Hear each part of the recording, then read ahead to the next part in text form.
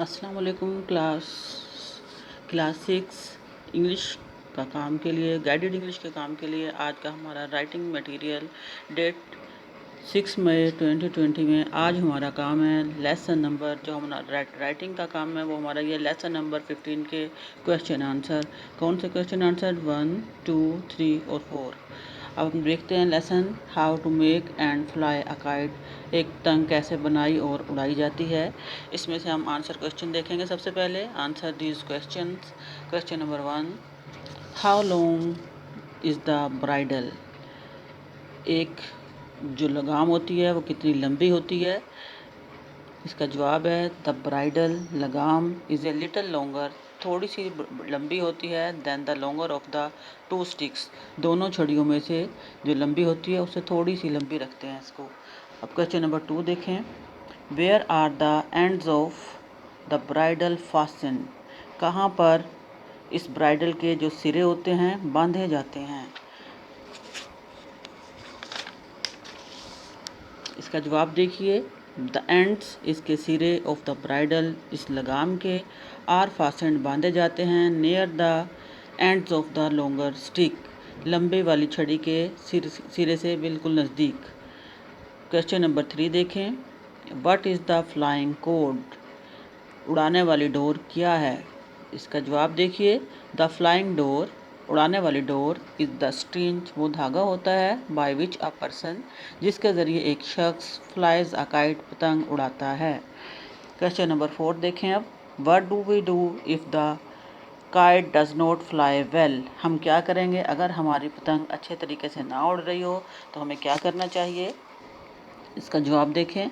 If the kite does not fly well, अगर पतंग अच्छे से नहीं उड़ रही है तो क्या करेंगे। वी शुड, हमें चाहिए मेक इट्स टेल, कि इसकी दुम को शॉर्टर और लॉन्गर, छोटा या बड़ा कर दें। जितने हमने बना लिए पहले उससे हम छोटा या बड़ा कर दें। डियर स्टूडेंट्स, ये था आज का हमारा राइटिंग मटेरियल। अब हम देखते हैं इसका लर्निंग मटेरियल क्या है।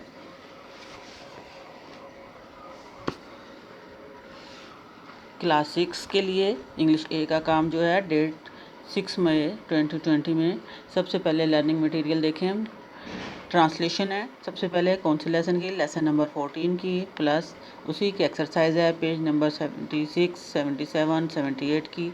जो पेज नंबर 76 पर हमारी एक्सरसाइज है वो बी एक्सरसाइज है, वर्ड्स ऑपोजिट। अब हम देखते हैं ये किस तरह से लिखे जाएंगे। सबसे पहला वर्ड यहाँ पर हमारे पास एक जो उसमें उन्होंने एग्जांपल दी थी वो है लाइक और डिसलाइक। उसमें देखें सेकंड वर्ड देखिए अब आप। लेट, लेट का आएगा अर्ली, लेट देर, अर्ली जल्दी। थर्ड पर देखें टिमिड, टिमिड का बुज़दिल, और इसका आएगा ऑपोजिट बोल्ड। फोर पर देखें लाइट, हल्का, इसके दो आएंगे हैवी, भारी, एंड डार्क, और डार्क अंधेरा या तारीक। 5 पर देखें डिससेटिस्फाई, गैर मुतमईन, इसका आएगा सेटिस्फाई, मुतमईन। 6 पर देखें ओल्ड, पुराना या बूढ़ा, इसका भी दो आएंगे, इसके भी न्यू, नया, एंड यंग और जवान। 7 पर देखें फाइंडिंग, पाना, इसका ऑपोजिट आएगा लूजिंग, खोना। अब ये देख लीजिए जिनके आखिर में आईएनजी लग रहा है तो उसके जवाब के आखिर में भी आईएनजी ही लगेगा। 8 पर देखें फॉरगेटिंग, भूलते हुए, रिमेम्बरिंग, याद करते हुए। ये हमारे थे बी एक्सरसाइज के वर्ड्स ऑपोजिट। और हम अब इसकी सी एक्सरसाइज देखेंगे कि उसमें हमने किस तरह से इसको आगे लेके चलना है। सी में देखिए, अब इसकी सी एक्सरसाइज देखें आप। C exercise page number 76 guided English के लिए क्लास 6 में डेट 6 मई 2020 में हमारे जो सी एक्सरसाइज है इसमें हमने देखने हैं सिमिलर मीनिंग्स। सिमिलर मीनिंग्स किस तरह से आ रहे हैं देखते हैं ज़रा। पहला वर्ड है हमारा take pleasure in. Take pleasure in, pleasure कहते हैं खुशी को, खुशी हासिल करना, इसका सिमिलर आएगा इंजॉय। सेकंड पर देखें ह्यूमरस, ह्यूमरस कहते हैं दिलचस्प को, अम्यूजिंग। थर्ड पर देखें आंसर्ड, जवाब दिया, रिप्लाइड। 4 पर देखें बी इनफ फॉर, इसका आएगा मोर या और मोस्ट, दोनों में से दोनों आ सकते हैं इसके। 5 पर देखें वॉक थ्रू वाटर, पानी से चलना, गुजरना, इसका आएगा वेड अक्रॉस।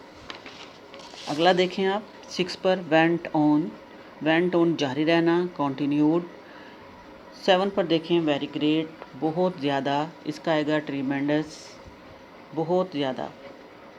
8 पर देखें हेल्ड इट टाइटली, इसको मजबूती से पकड़ा, ग्रिप्ड, मजबूती से पकड़ा। ईडी के साथ इसका जवाब आएगा, क्योंकि सेकंड फॉर्म के साथ इसका सवाल है तो जवाब भी ईडी के साथ सेकंड फॉर्म के साथ ही हम देंगे। इसके बाद राइटिंग मटेरियल के बाद लर्निंग मटेरियल में हमारे पास इसकी शामिल है ट्रांसलेशन प्लस एक्सरसाइज।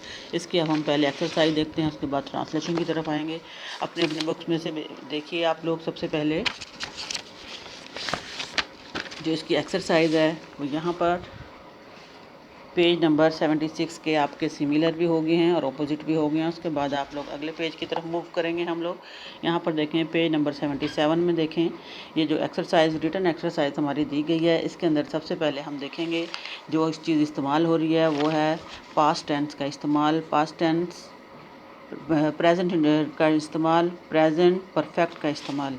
अब सबसे पहले हम देखते हैं यहाँ पर जो इस्तेमाल करना है हमने चीज़ें। यूज़ ऑफ हैव का इस्तेमाल होगा हमारा। हैव का इस्तेमाल किस किस सब्जेक्ट के साथ होता है, ये देखिए। आई के साथ, दे के साथ, वी के साथ, यू के साथ, और प्लूरल अशिया जितनी भी होंगी, थिंग्स हो, पर्सन हो, जो कुछ भी होगा उसके साथ हम हैव का इस्तेमाल करेंगे। उसके बाद यहाँ पर देखें यूज़ ऑफ हैज़ का इस्तेमाल हम कहाँ कहाँ करेंगे। ही के साथ, शी के साथ, इट के साथ और सिंगुलर के साथ हम हैज़ का इस्तेमाल करेंगे। हैज़ और हैव के इस्तेमाल के साथ हम वर्ब की थर्ड फॉर्म का इस्तेमाल करेंगे।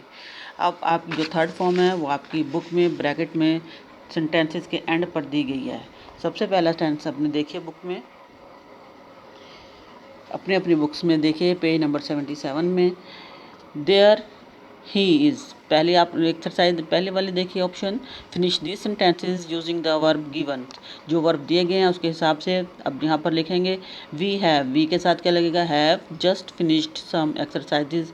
फिनिश्ड यहाँ पर ब्रैकेट में पहले से दिया जा चुका है, इसको हमने यहाँ पर पुट करना है। सिर्फ हमें इस बात का ख्याल रखना है कि हैव कहाँ लगेगा, ये हमने जहन में रखना है अच्छी तरह से। आई, दे, यू, वी और प्लूरल अशिया के साथ हमेशा हैव का इस्तेमाल करेंगे और हैज़ का इस्तेमाल सिंगुलर ही, शी, इट के साथ करेंगे।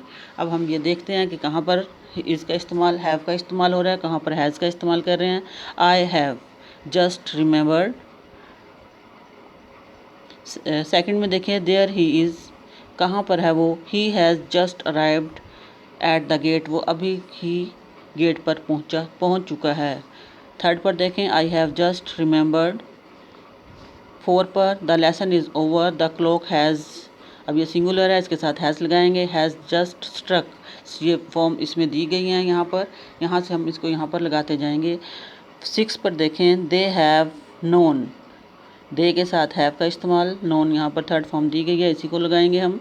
7 में देखें शी के साथ हम हैज़ का इस्तेमाल करेंगे, शी हैज़ नॉट रिटन।